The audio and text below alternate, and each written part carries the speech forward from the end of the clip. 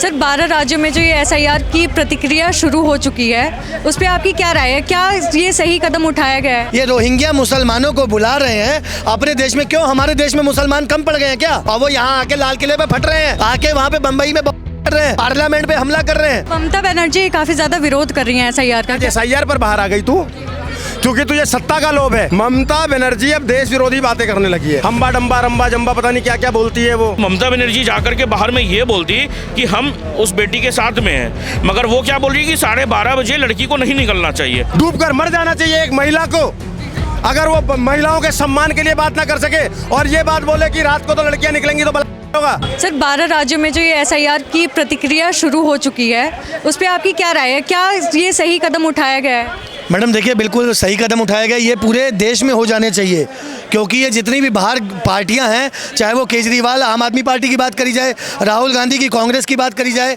या बात करी जाए किसी भी दूसरे अखिलेश यादव, मायावती, और ये जितने भी लोग हैं, ये रोहिंग्या मुसलमानों को बुला रहे हैं अपने देश में। क्यों हमारे देश में मुसलमान कम पड़ गए हैं क्या? आप बताइए, हमारे देश में मुसलमानों की कमी है क्या जो ये और बाहर बाहर से बुला रहे हैं? क्या करना चाह रहे हो हमारे देश में? क्या पाकिस्तान, दूसरा पाकिस्तान बनाना चाह रहे हो हमारे देश को?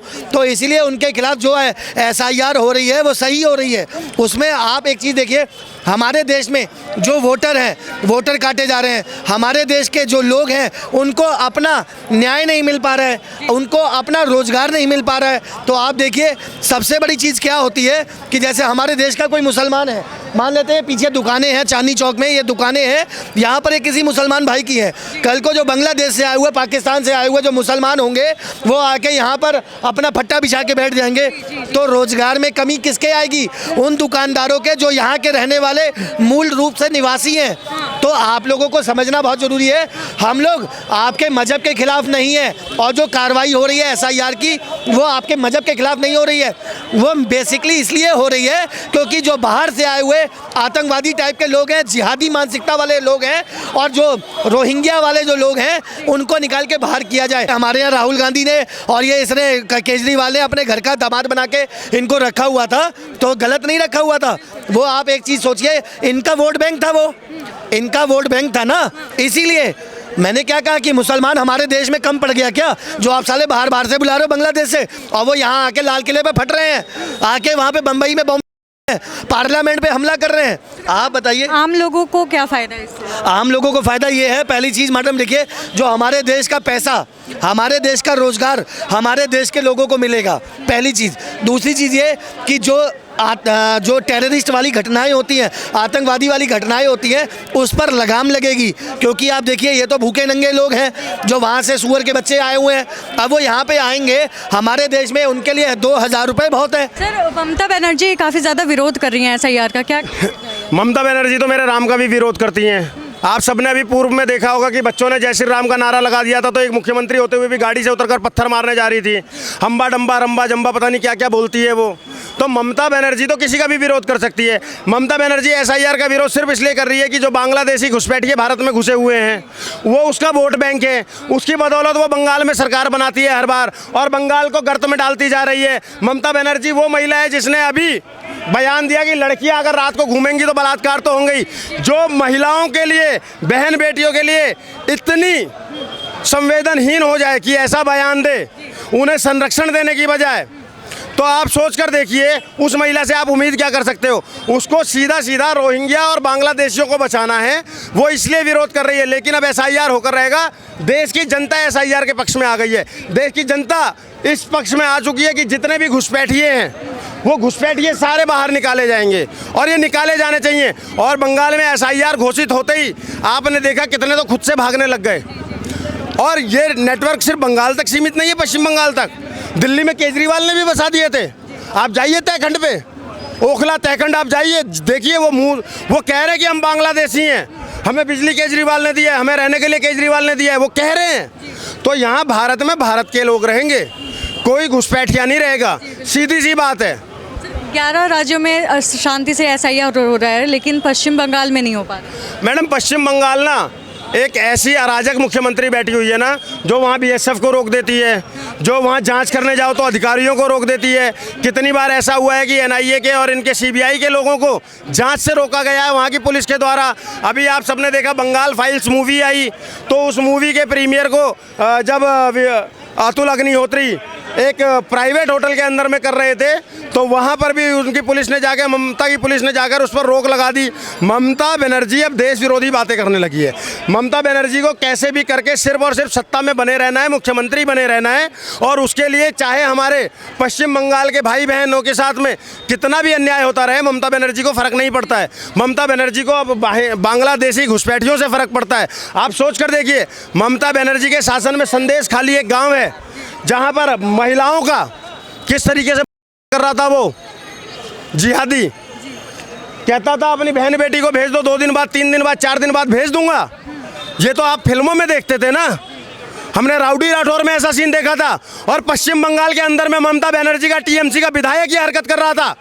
डूबकर मर जाना चाहिए एक महिला को, अगर वो महिलाओं के सम्मान के लिए बात ना कर सके और ये बात बोले कि रात को तो लड़कियां निकलेंगी तो बलात्कार होगा।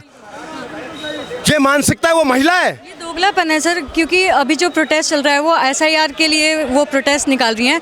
जब उनका रेप हुआ, लड़कियों का रेप हुआ, तब वो कहाँ थी? तब तो वो स्टूडेंटों को पिटवाने पे लगी हुई थी ना, क्योंकि स्टूडेंट सही मुद्दा उठा रहे थे ना वहाँ के। मौमिता का बलात्कार होता है, निर्मम तरीके से बलात्कार होता है, और उसको ममता बनर्जी की पुलिस, टीएमसी की पुलिस, बंगाल की पुलिस उस संजय को, उस अपराधी संजय को बचाने का कृत्य करती है। कहीं ना कहीं जब विवाद बढ़ता जाता है तब वो शिकंजे में आता है। आप सोच कर देखिए, जब जिस प्रदेश के अंदर में बहन बेटियों की अस्मिता के साथ खिलवाड़ हो और उस प्रदेश की मुख्यमंत्री ये बोले कि लड़कियां अगर रात को घूमेंगी तो ऐसा होगा, तो उस प्रदेश में सरकार बदलना बहुत आवश्यक है। बंगाल के युवाओं ने, बंगाल के डॉक्टर्स ने, सबने जब ममता के खिलाफ विरोध करना शुरू करा, तब जाके संजय पकड़ा गया। नहीं तो मौमिता का जिस निर्ममता के साथ में बलात्कार किया गया था, मैडम मैं बहुत जिम्मेदारी के साथ बोलता हूँ, मैं निर्भया आंदोलन से जुड़ा हुआ व्यक्ति हूँ और तब से लेके आज तक बहन बेटियों के लिए आवाज़ उठा रहा हूँ, और बिना धर्म और जाति देखे हुए, क्योंकि बहन बेटियों को भी अगर हम जाति में बांट देंगे तो हम सबसे पहले अपनी मानवता मार देंगे, समझ गए। लेकिन ऐसी मुख्यमंत्री इस तरीके के बयान देती है। आज एसआईआर पर बाहर आ गई तू, क्योंकि तुझे सत्ता का लोभ है, तुझे बहन बेटियों की अस्मिता का लोभ नहीं है, तुझे सत्ता का लोभ है। लेकिन हमें अपनी बहन बेटियों की अस्मिता का लोभ है, ये है। बंगाल में अभी एसआईआर को लेकर के बहुत ज़्यादा दिक्कत हो रही है, बहुत ज़्यादा परेशानी हो रही है। इस पर सभी जो विपक्ष के लोग हैं, सभी लोग इसका विरोध कर रहे हैं। इस पर क्या कहना? देखिए, विपक्ष विरोध करता रहेगा, लेकिन अब चुनाव आयोग का ये काम है। चुनाव आयोग अपना काम करेगा और चुनाव आयोग बिल्कुल निष्पक्षता के साथ में एसआईआर करेगा। अगर किसी को ये शक होता है कि वो निष्पक्षता से नहीं कर रहा है, तो वो कोर्ट जा सकता है, कोर्ट के तहत रुकाओ, कानूनी प्रक्रिया से रुकवा सकते हो। लेकिन एसआईआर तो होगा, और एसआईआर के पक्ष में अब भारत की जनता खड़ी हो गई है, हम लोग खड़े हो गए। और अगर अब एसआईआर रोका गया, मैं चाहता हूँ भारत के अंदर में 2 काम जरूर हो, पूरे भारत में हो। हर राज्य में एसआईआर जरूर हो और घुसपैठिए बाहर किए जाएं, और हर राज्य के मदरसों की जांच जरूर हो और आतंकवादियों का पता लगाया जाए। ये 2 चीज़ें मैं चाहता हूं, और मैं इसकी मांग उठाता रहूंगा। अगर अकेला भी बचा मांग उठाने वाला तो भी उठाता रहूंगा जी। बंगाल में एसआईआर का कितना प्रभाव पड़ेगा? बंगाल में अगर एसआईआर हो जाता है और बांग्लादेशी घुसपैठिए निकल जाते हैं, तो मैं आपको लिख कर दे सकता हूँ, बंगाल में राष्ट्रवादी सरकार बन जाएगी और बंगाल के हालात सुधर जाएंगे। बंगाल में बहन बेटियां सड़कों पर नहीं पीटी जाएंगी, बंगाल में बहन बेटियों के साथ में अत्याचार नहीं होगा। 12 राज्यों में जो एसआईआर की प्रतिक्रिया शुरू हुई है, उस पर आपकी क्या राय है? क्या लगता है, सही कदम उठाया गया है? बिल्कुल सही कदम है। बात है क्या कि जहाँ पे लोग मरे हुए हैं, जहाँ पे मृतक हैं, उनका वोट काटा जाएगा। अब जो लोग अभी जन्म लिए हैं, उसके बाद में 18 साल जिनका हो गया है, मैंने पहले कहा, जो उनका वोट ऐड नहीं हुआ है, वो इस साल अगर 18 साल के हो रहे हैं, उनका वोट भी ऐड होगा। बहुत सारी प्रक्रिया हैं, ऐसा नहीं है। देखिए, बिल्कुल एसआईआर जो हो रहा है वो निष्पक्ष तरीके से इलेक्शन कमीशन कर रही है, और क्या बोलते हैं, मुझे इलेक्शन कमीशन पर पूरा भरोसा है कि निष्पक्ष तरीके से एसआईआर करवा रही है वो, और हर जगह पे होना चाहिए। सिर्फ 12, अभी तो जैसे समझ लीजिए बिहार में हुआ, फिर 12 जगह पे कर रही है, और धीरे धीरे वो पूरा इंडिया में होगा। इसमें आम लोगों की क्या लाभ है? आम लोगों को मैम ये लाभ है कि जैसे समझ लीजिए जो क्या बोलते हैं जो वो सरकार चुन रहे हैं वही सरकार आएगी, समझे। पहले क्या होता था कि फेक वोटर्स पहुंच गए, उन लोग वोट कर दिए और एक जगह से जा कर के मैंने दूसरा डेमोग्राफिक जो चेंज होता था वो गलत चीज़ था। जो डेमोग्राफिक जो अब क्या है कि जैसे बिहार में देख लीजिए, जो जनादेश था बिहार का वो स्पष्ट और क्लियर था। यही देखिए बिहार की जनता को ये लाभ हुआ कि भैया जो उनका जनादेश था वो स्पष्ट और क्लियर रूप से लोगों के सामने आया। और मैं समझता हूँ कि बिहार में भी जो सरकार बनी है, जो सरकार गठित हुई है, वो जैसा उनको मैंडेट मिला है अब वो फ्रीली होकर के बिहार की जनता के लिए, भलाई के लिए, डेवलपमेंट के लिए कार्य करे। आपको नहीं लगता कि ममता बनर्जी का ये दोगलापन है? अब वो प्रोटेस्ट पे उतर रही हैं SIR के लिए, जब महिलाओं का रेप होता है तो वो उन पे आरोप लगाती हैं कि महिलाओं को बाहर नहीं निकलना चाहिए। हम देखिए महिलाओं को, अब एक बात बताइए, जो महिला जिनके साथ में रेप हुआ वो अपने बेड पे बेचारी, मेडिकल बेड पे, मैंने जो भी हॉस्पिटल के बेड पे लेटी हुई है। अब उनको ये सुनने को मिल रहा है कि ममता बनर्जी जाकर के बाहर में ये बोलती कि हम उस बेटी के साथ में हैं, मगर वो क्या बोल रही है कि 12:30 बजे लड़की को नहीं निकलना चाहिए, और जबकि वो लड़की 8:30 बजे निकली है। उनके पिताजी कह रहे हैं कि 8:30 बजे का केस है। मगर बात है क्या कि ये सारी चीज़ें अगर वो ममता बनर्जी जा करके ये कहती ना कि मैं क्या बोलते हैं, मैं ये लड़की के साथ में हूँ, जो भी हुआ है मैं इसके रेपिस्ट को कड़े से कड़े सज़ा दिलवाऊंगी, ये सारी चीज़ होती तो मुझे लगता है कि लोग उनका सपोर्ट करते।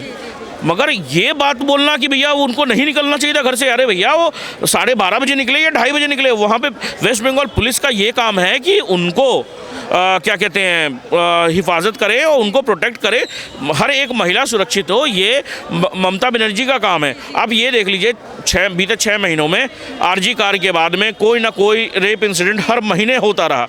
अब वो छोटी बच्ची का ये क्या बोलते हैं 3 साल की, उसका रेप हो रहा है हर जगह।